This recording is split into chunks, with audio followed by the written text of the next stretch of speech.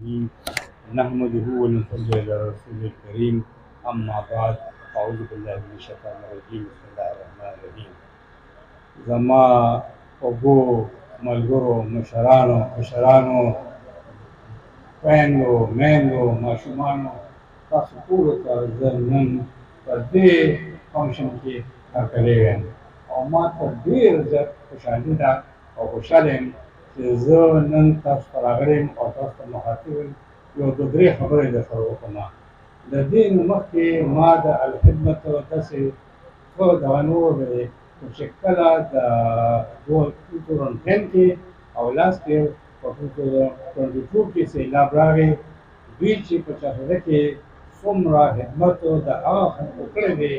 زه تاسو ته نشم ویلی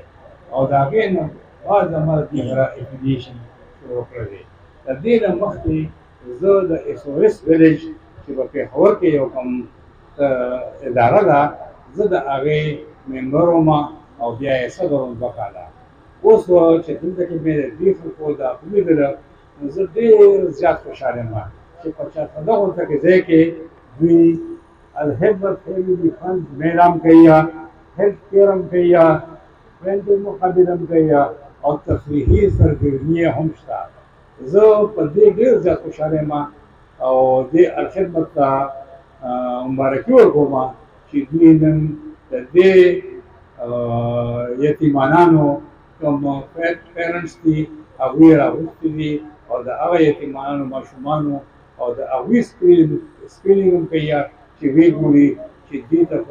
ټسټونه وکړي ورته چې څه خاص او څه بل شانتې څه بیماري خو ورته نشته.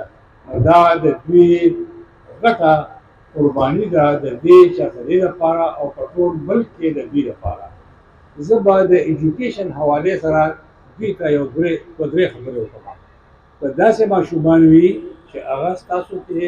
د دې پروګرام نه وتې وي او اوس د هغوی د یونیورسټۍ لیول ته یا د کالج لیول ته را رسېدلي وي او هلته کې اډمیشن کول غواړي، هلته کې راتلل غواړي، نو زما د طرف نه ورته اوپن آفر دی چې راضي دي او داسې خلکو له به زه اډمیشن ورکوم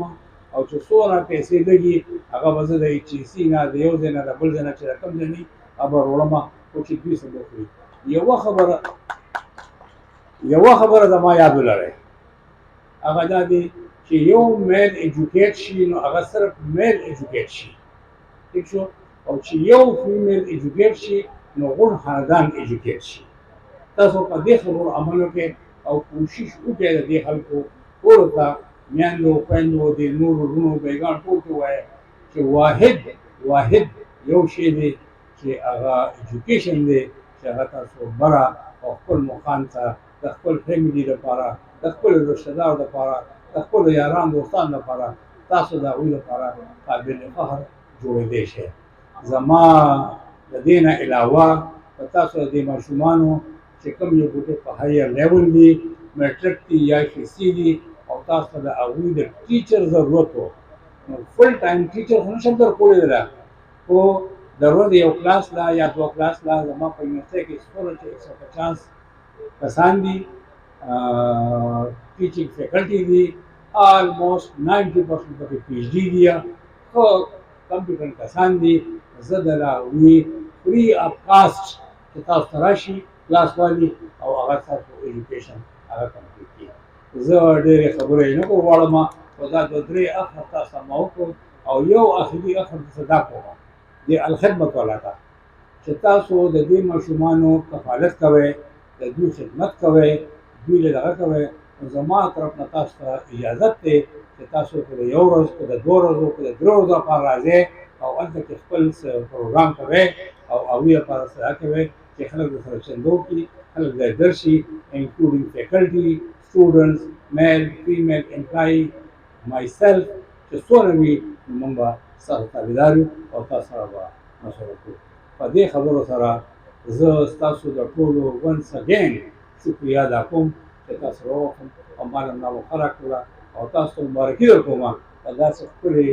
ماشومان چې کوم راغلي دي، ماشومانو میندې خویندې چې کوم راغلي دي، د دې لپاره تاسو ته مبارکي درکوم او بیا به دا وایم چې داسې پروګرامونه د ماشومانو لپاره بیا کوئ انشاءالله. تھینک یو.